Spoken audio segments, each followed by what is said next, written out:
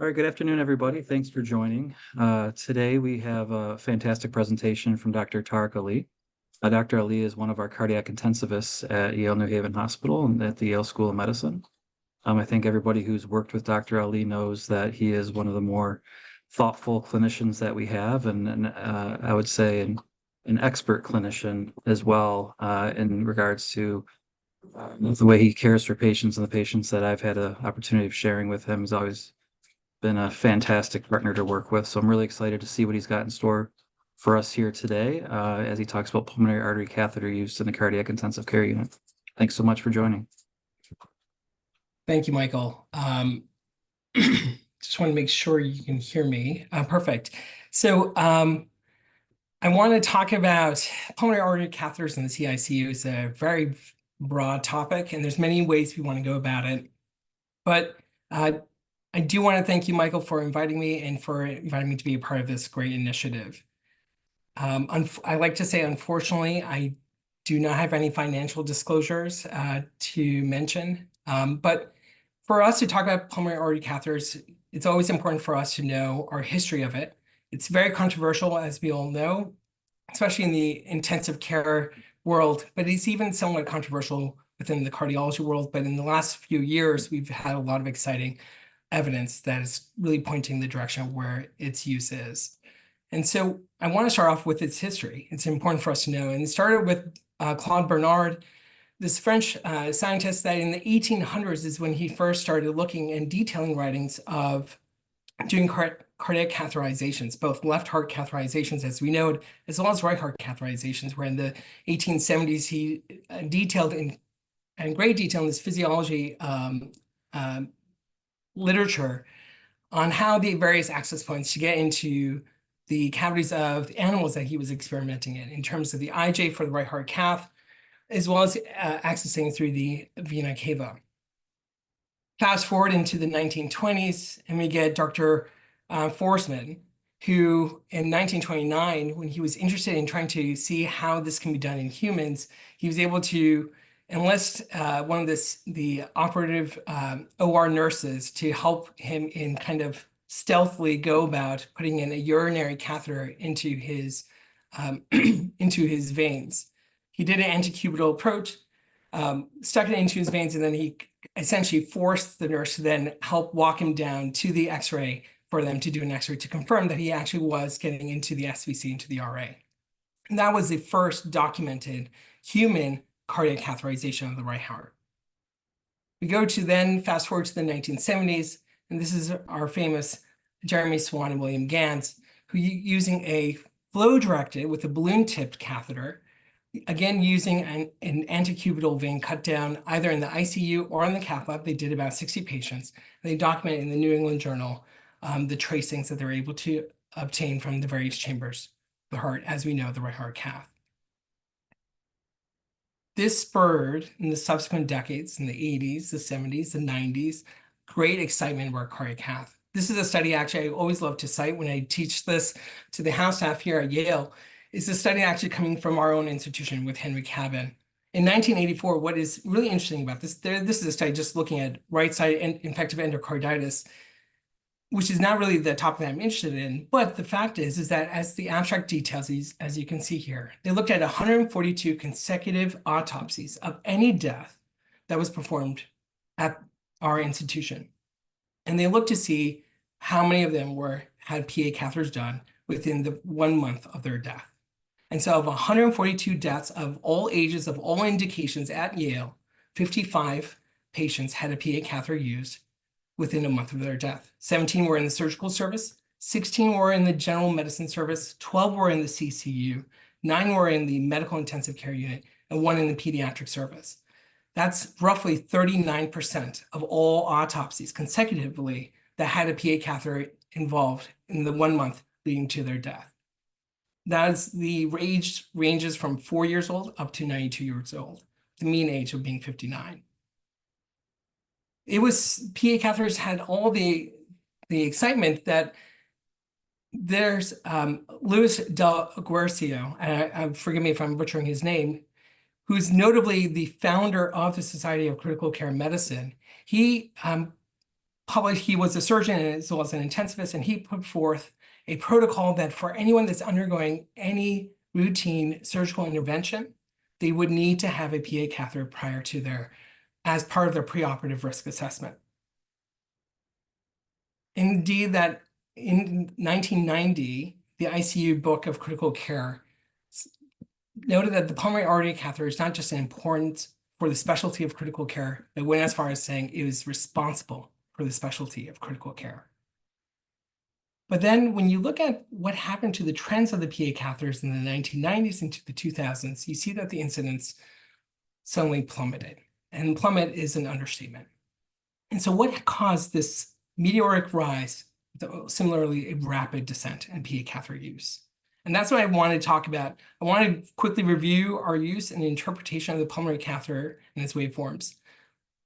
Briefly touch upon substitute hemodynamic monitoring uses that we can use in our ICU. Go through the controversy of the PA catheters and as how it pertains to the CCU. And then what is the latest literature regarding the benefits of the PA catheter in our cardiac ICU? And so very quickly, to review the waveforms, as I know for many of us, this is a review, but just to go over how we should go about the RA waveforms and on our PA catheters.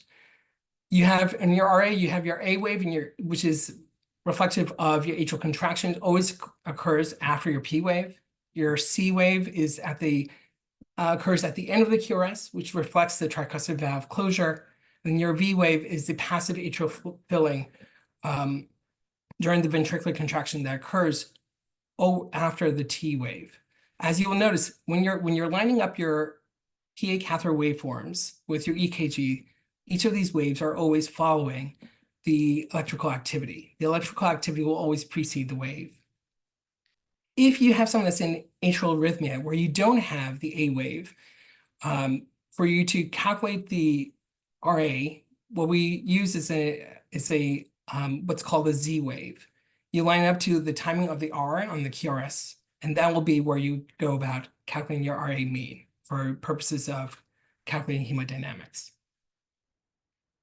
For RV, you similarly have a small A wave, which reflects your atrial contraction, as we previously mentioned. You have a large upstroke during ventricular contraction, a large downstroke, followed by a slow upstroke with ventricular diastolic filling. This contrasts with PA waveforms where during diastole, you have a downstroke during diastole. In your PA waveform, you have a rapid upstroke with ventricular contraction. You have your downstroke with relaxation. You have your D wave, which is your dicrotic notch, which mirrors similar to your dicrotic notch in an A line, which reflects your pulmonic valve closure. And that is your pulmonary artery pressures. When you calculate it, you measure your diastolic as reflective of at the end of diastole, right before your upstroke. You compare it to the peak during systole, and you take the mean of that to reflect your PA mean. Pulmonary capillary wedge waveform, similarly, you have your A wave and your V wave that similar mirrors your RA waveform. It is always that the A wave is following after QRS, and your V wave is following your T wave on your EKG.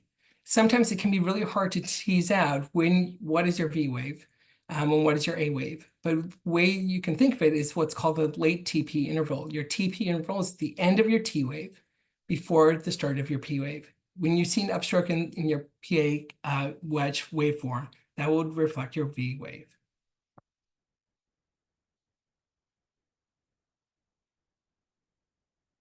As a reminder, when you calculate your pulmonary capillary wedge pressure and when you measure it, it's always at the end of expiration. So since it's influenced greatly by mechanical ventilation, positive pressure ventilation, or spontaneous ventilation, there's a lot of respiratory variations. You always want to measure your pulmonary capillary wedge measurements should be at the end of expiration.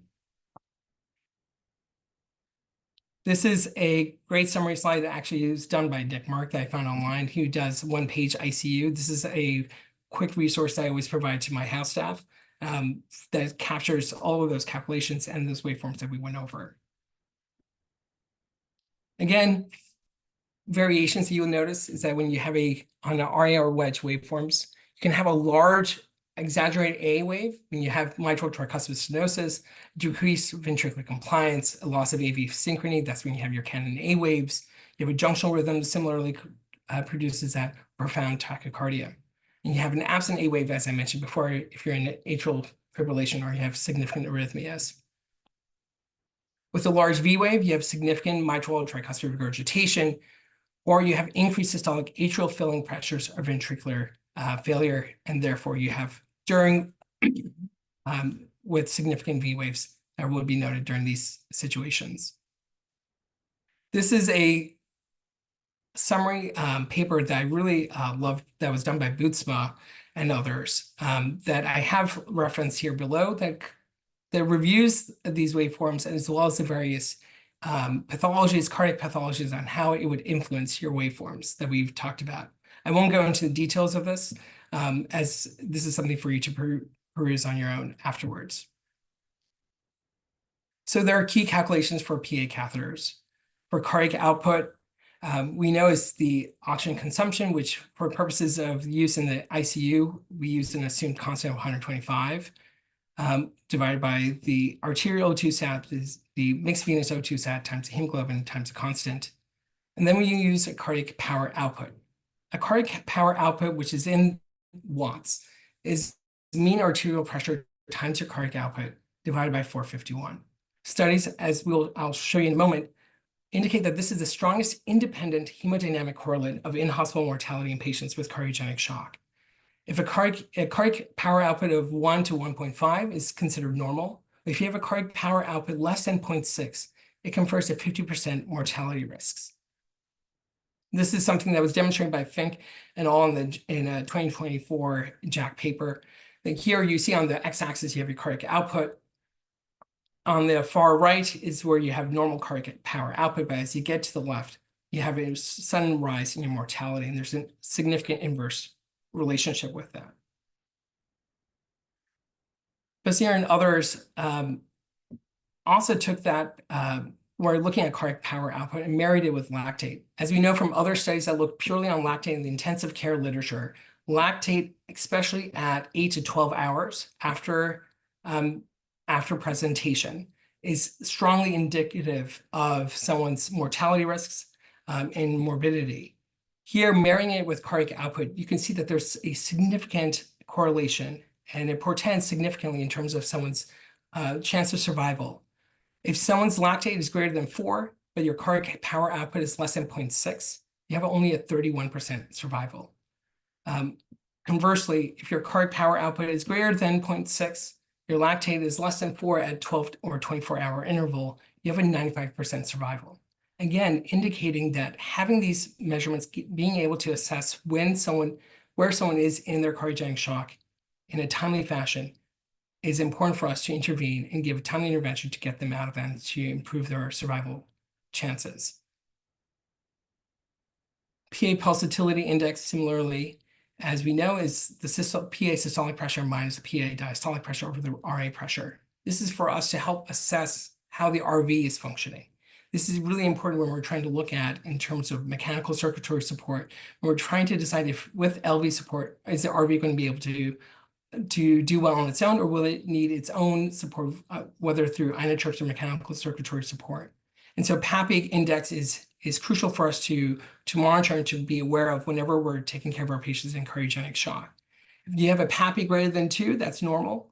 If you have a PAPI less than 1, that is when it portends that the RV is going to be in significant failure. PA catheter placement has significant complications. It involves air embolisms, arrhythmia, as we all know. PA rupture from over distension of the balloon is 0.3%. Knotting of the PA catheter when you're trying to place at bedside without fluoroscopy assistance is about less than 1%. Bacteremia or infections up to 2.3%, depending on the studies you look at. Thrombosis, and then death, which is less than 2%. So I have two waveforms for us just to pause and take a look at. The top line is our EKG tracings. Our middle line is our arterial tracing, A line, and then the bottom is our PA catheter and our wedge. And I'll just have you take a look at this for about 15 seconds, and then I'll chime in terms of what this reflects.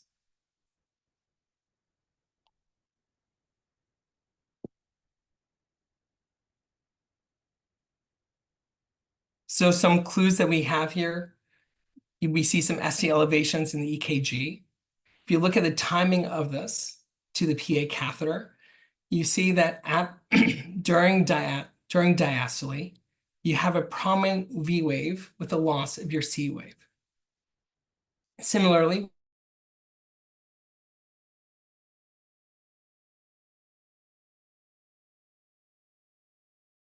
insufficiency, probably ischemic driven. Here's another waveform to review.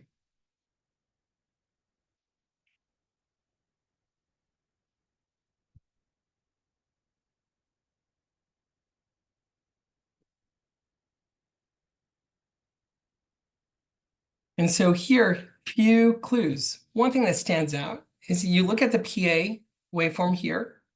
It's similar in amplitude to your wedge, similar in amplitude to your RA. So just visually, if you were to try to calculate your PAPI, thinking about this is your PA diastolic, PA systolic, it is roughly the same amplitude of your RA. And so you would imagine that your PAPI would be low, with your wedge being similar pressures in your PA and RA. You would worry that is this something that is involving an acute RV injury. What's also notable is when you do a hepatic jugular reflex, you notice that your V wave, and you can see this by the timing of this is during diastole, is that your V wave is during systole, you notice that your V wave is significant. I have a question in the chat that was asking me, is the map used to calculate CPO measured without vasoactive agents? It is, at that time, it's reflective of what is the LV ability to provide flow and perfusion in terms of flow and pressure of the LV. What is it able to generate in the circumstances of the environment it's working in? So with inotropes, with vasoactive agents, so if you're having a purely vasopressor that's working against the LV, it incorporates all of that. So if you are trying to support someone with inotropes and you see that you're able to improve your CPO from 0.6 to 1, then that means that you're adequately improving and helping the heart in terms of circulating, improving perfusion to the rest of the body. So MAP is incorporating the environment that the heart's operating in with all the medications you're using, all vasoactive agents. That's a great question.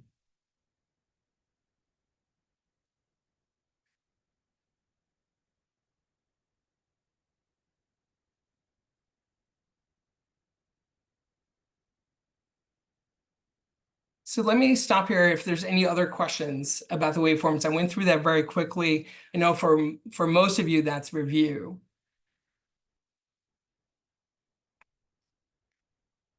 Okay. So let's talk about the substitute hemodynamic measurements that you can do instead of a PA catheter. So central venous pressure, something that was really popularized with the Surviving Sepsis campaign, as you know, which is quite controversial in terms of fluid resuscitation.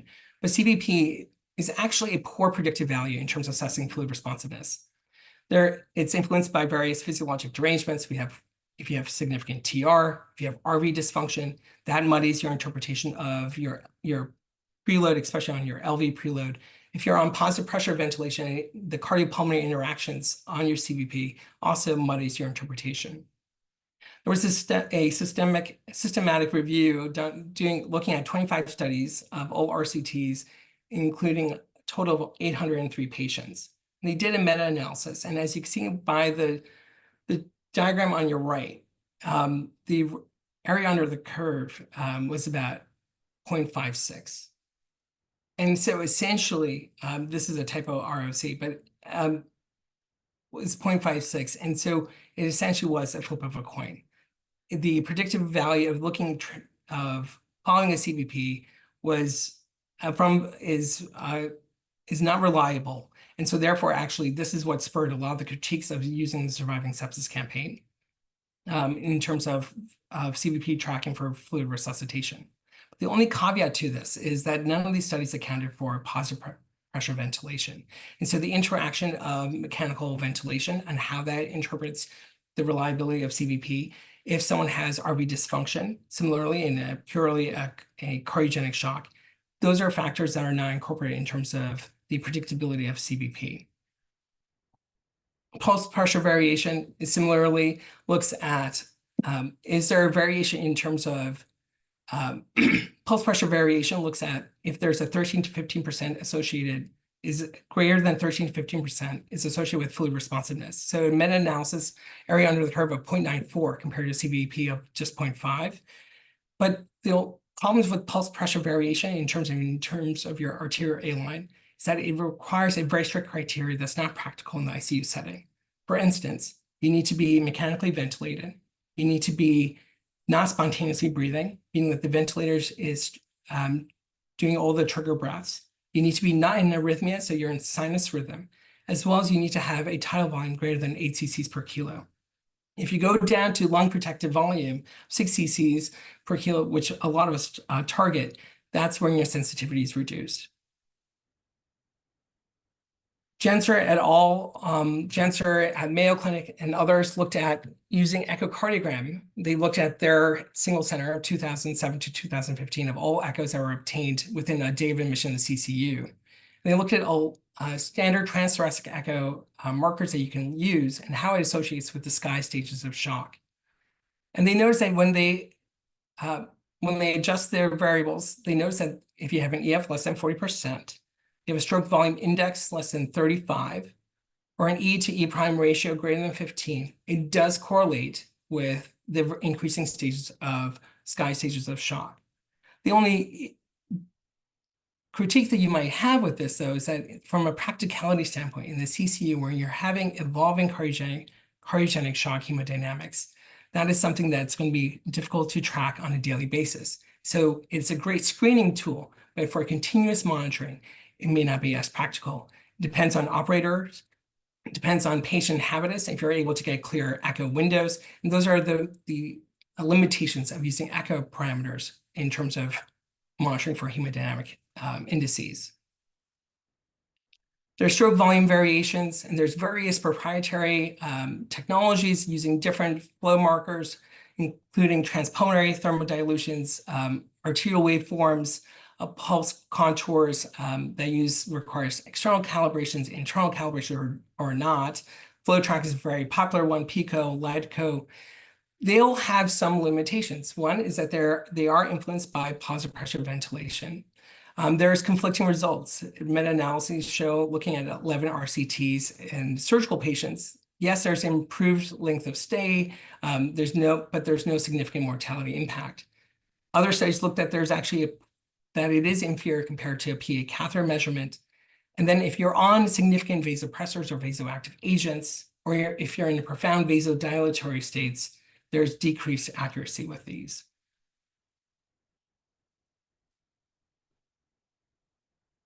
So going back to the literature of PA catheters, I've told you, I've looked at alternatives. They all have their limitations. So the PA catheter, as I showed you, had all the excitement from it, and it was considered to be responsible for the specialty of critical care.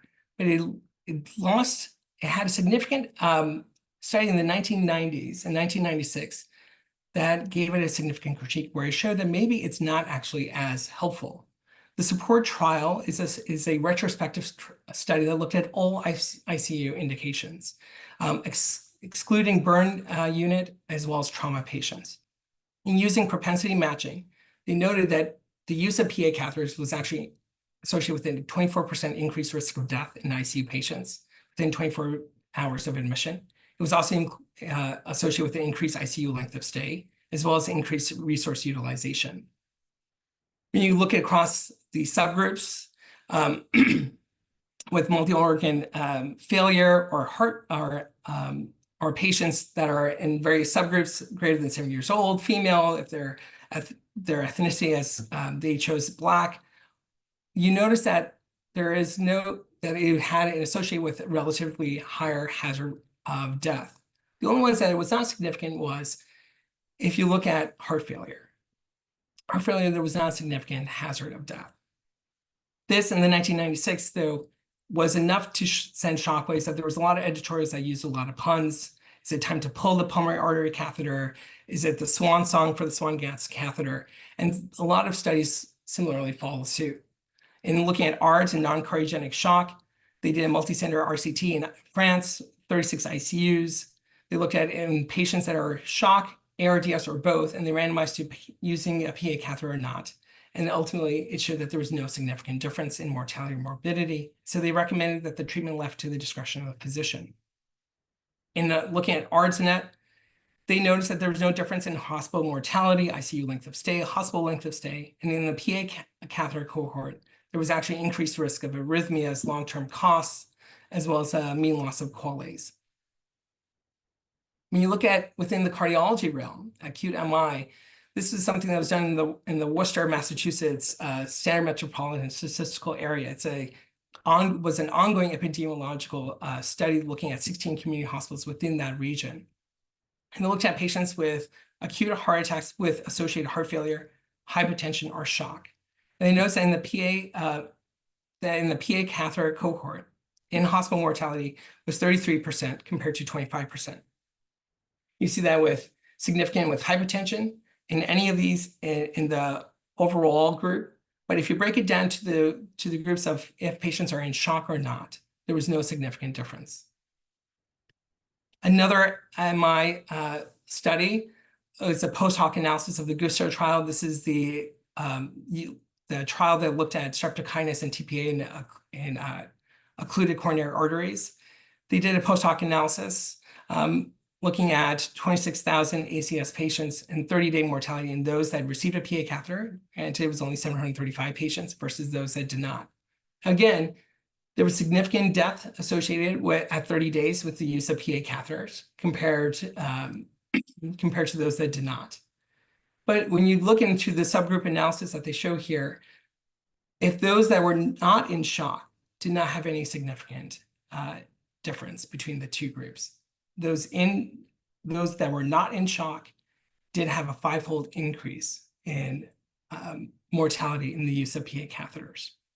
Again, hinting at that there's a difference between shock and not shock in the cardiac population. And lastly, the ESCAPE trial is the most famous that looked at multi-center RCTs, randomized to PA catheters or not.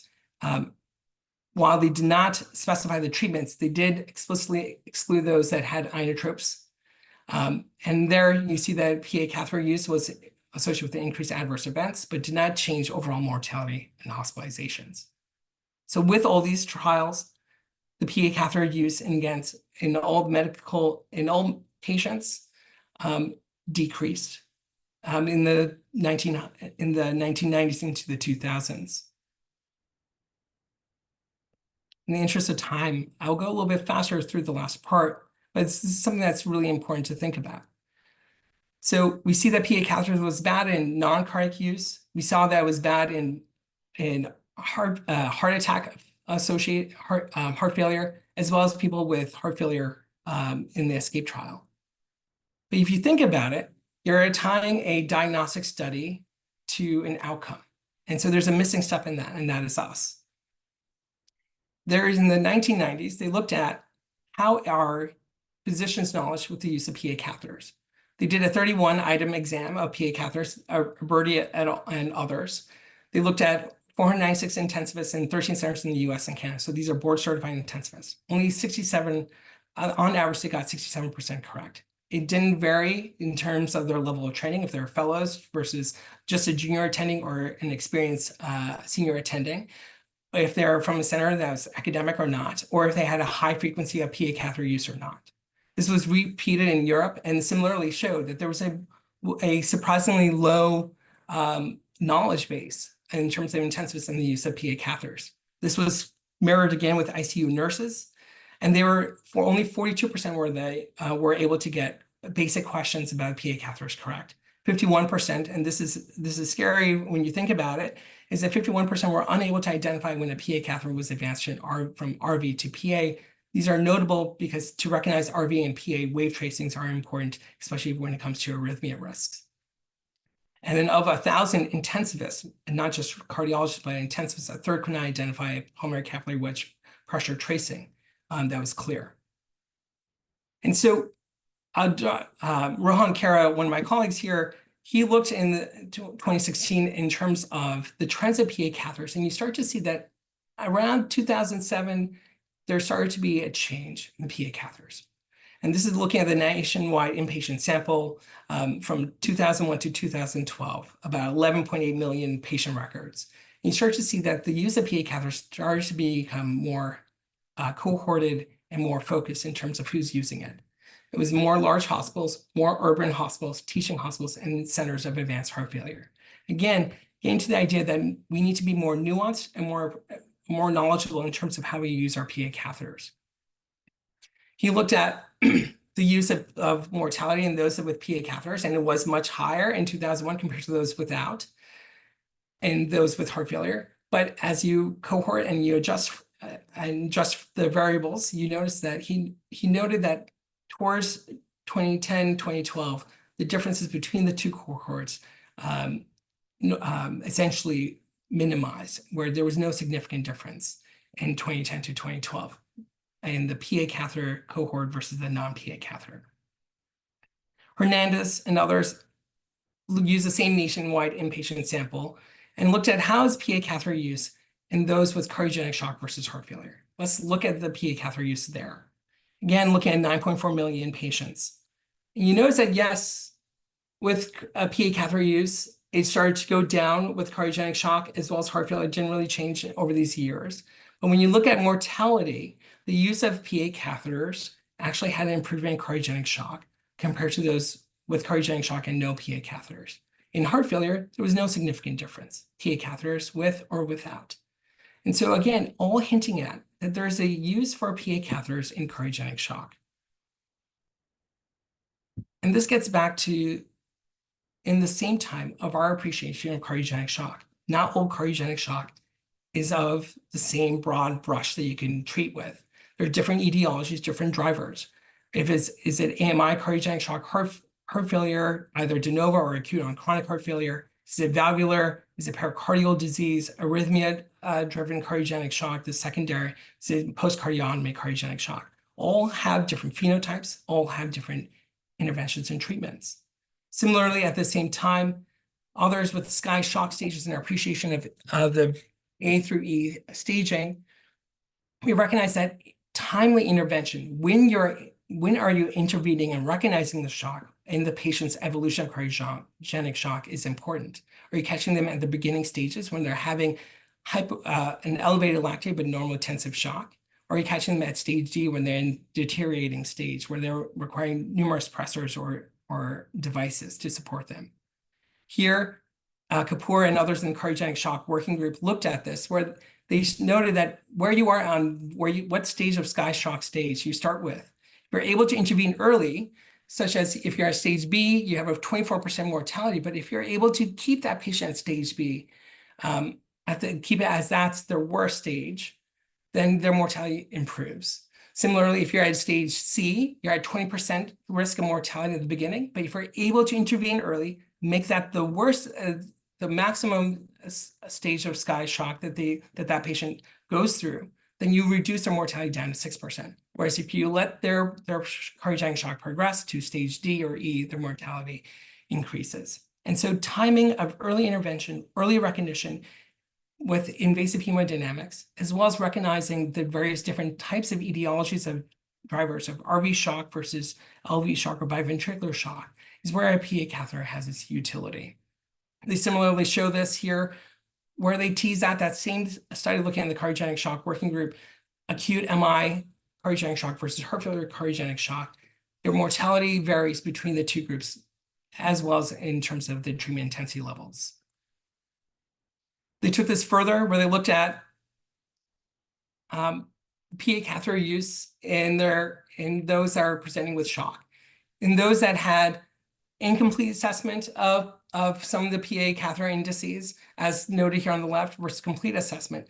At each stage, stage C, stage D, or stage E, or overall, those that had complete PA catheter indices and measurements had the lowest in-hospital mortality than other groups across either incomplete or no PA catheter indices and across all SCAI stages. Similarly, in the Critical Care Cardiology Trials Network, this is what's published in the last year. Forgive me on this is a typo over here. This is the wrong study that's listed, but this is Kadosh and al. And the proper citations on the right. They looked at 34 AHA level 1 CICUs between 2017 and 2021. They looked at 13,000 admissions, 2,500 in cardiogenic shock. And they looked at PA catheters versus no PA catheters. The use was varied across CICU sites, with the main drivers being mechanical support or site-related variation or diagnosis of heart failure, but notably in-hospital mortality was significantly reduced with the use of PA catheters. And all of these indications, the leading ones were heart failure and pulmonary hypertension or complex congenital disease.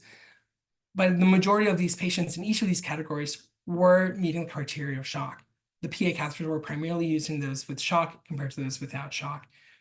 And here you notice that the benefit of a PA catheter were in the use of either overall shock or cardiogenic shock. Lastly, same time, the cardiogenic shock working group in the last year was also very busy in showing that, again, confirming that it's not just the use of PA catheters, but early use of PA catheters, early intervention, early trying to stem the progression of your SCAI stages was notable. And that they noted that within 6 hours compared to delayed, which is defined as over 48 hours, there's a mortality benefit of a PA catheter use, as well as a mortality benefit, as previously noted, of using a PA catheter versus no PA catheters.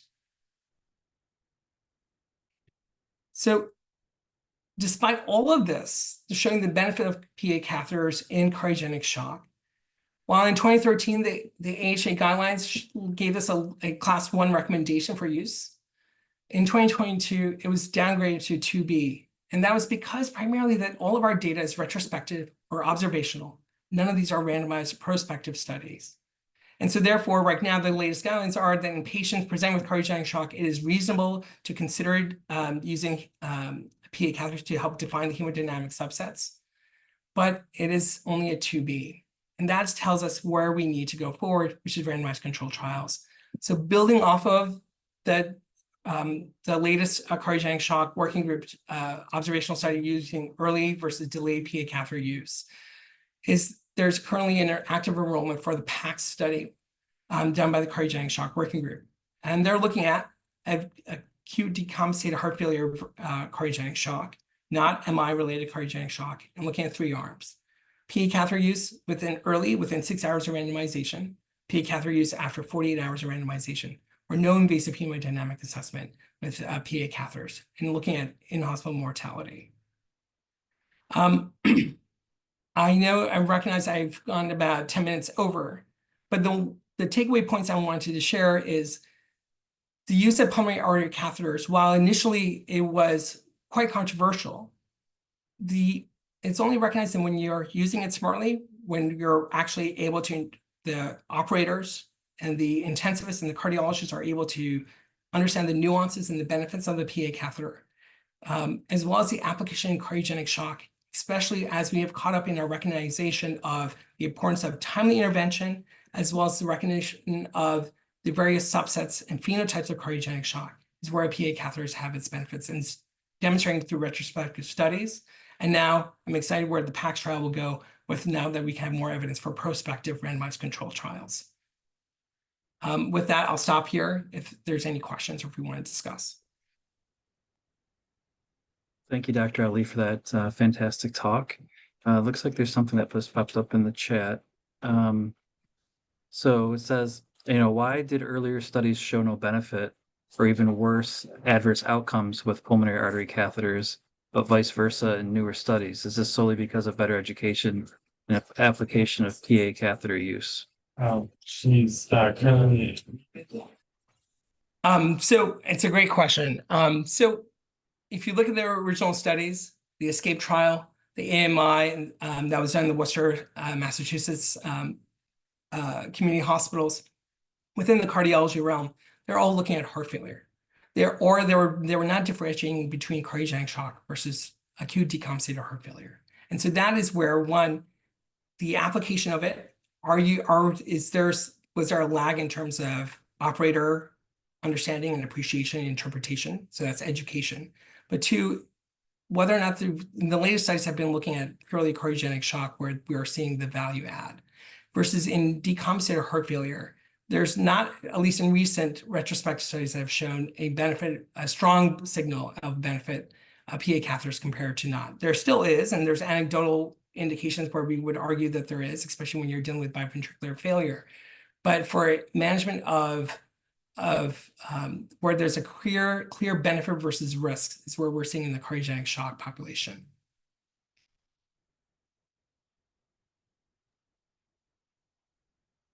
Do we have any other questions out there for Dr. Ali? You're welcome to put it. So should we ignore central venous pressures? So it's, again, you're using Gestalt. So if you're dealing with someone with RV failure, CVP for decongestion is helpful. CVPs by themselves, especially if someone's in mechanical ventilation, is not reliable. CVPs, I know a lot of us anchor on CVPs, but there's studies that are not robust in showing that CVPs alone is very predictable for fluid avidity or fluid responsiveness. Where someone is on the Frank-Starling curve, CVPs are not shown to have a strong signal. So CVPs are helpful in some cases. I still use CVPs. I don't know, Michael, if you use CVPs and how you approach it, but I use it as one piece of the puzzle. Everything is in relation to what's the global context that's going on. What the benefit of a PA catheter is that you have various other markers in terms of your PAs as well as your wedge. Yeah, I think that makes a lot of sense. Well, thanks, Dr. Ali, so much for taking the time to put this together and for everybody joining us this Monday. And hope everybody has a great rest of the week. Thank you all. Thank you, Michael. Bye-bye.